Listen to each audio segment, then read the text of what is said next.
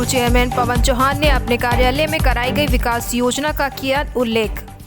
स्वच्छता अभियान में नगर पंचायत लालकुआ को प्रदेश में प्रथम स्थान हासिल होना बहुत बड़ी उपलब्धि। पिछले 10 वर्षों में विकास कार्यों की धीमी रफ्तार पर चौहान ने कहा जिम्मेदार लोगों की नाकामी।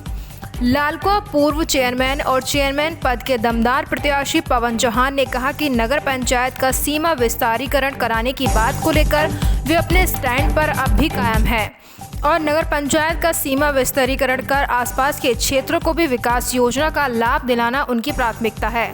उन्होंने यह भी कहा कि पूर्व मुख्यमंत्री और पूर्व विधायक नवीन दुमका द्वारा उनके प्रस्ताव को अमली जामा पहनाया भी गया, लेकिन कोरोना के संक्रमण काल के चलते उस दिशा में पूरी तरह से कार्य नहीं हो सका, जो अब करवाया जाएगा। पूर्व चेयरमैन पवन चौहान ने यहां पत्रकारों से वार्ता कर रहे थे। पत्रकारों द्वारा पूछे गए सवालों की पिछले 10 वर्षों से विकास कार्यों की रफ्तार थमी है। इस पर पवन चौहान ने कहा कि यह उन लोगों की जिम्मेदारी है जिनका कार्यालय रहा है। साथ ही उन्होंने कहा कि इसे जिम्मेदार लोगों की नाकामी भी ठहराया। पूर्व चेयरमैन पवन चौहान ने कहा कि उन्हें और उनकी धर्मपत्नी अरुणा चौहान को नगरवासियों ने 10 वर्ष तक सेवा करने का अवसर प्रदान किया है और उन्होंने क्षेत्र की महान जनता की उम्मीदों पर खरा उतरते हुए विकास कार्यों को तेज गति से आगे बढ़ाया। लिहाजा तहसील भवन, स्लाटर हाउस, पुराना बुद्ध बाजार स्थित कॉम्प्लेक्स का निर्माण, हॉट बाजार स्थित कॉम्प्लेक्स का निर्माण, नगर पंचायत कार्यालय, नगर में हाई मास्क लाइट लगवाना, सुंदरीकरण के क्षेत्र में अंबेडकर पार्क का निर्माण करवाना और नगर पंचायत की सीमा के दोनों ओर सौंदर्य गेट लगवाए गए। उन्होंने यह भी कहा कि निर्धन लोगों को वितरित हुए आवासीय भवन का मार्ग भी उनकी विकास परक सोच के चलते प्रशस्त हुआ है। पूर्व चेयरमैन पवन चौहान ने कहा कि उनके कार्यकाल में लालकुआ को गौरव हासिल हुआ है और पूरे प्रदेश में लालकुआ नगर पंचायत ने प्रथम स्थान हासिल किया।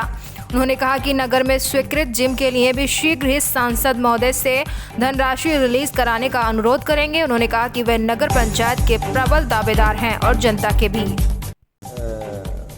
मैं तो समझता हूँ अपना काम करने का तरीका होता है, नहीं तो जिन दिनों मैंने इस नगर पालिका की बागडोर संभाली थी उन दिनों की स्थिति को लेकर के 10 साल में जो ऐतिहासिक कार्यक्रम हमने किए हैं, जो ऐतिहासिक काम किए हैं, जन सेवा की है, वो विगत काफ़ी लंबे समय से वो धीमी पड़ गई है और लोगों को लग रहा है कि ठगे जैसे महसूस कर रहे हैं।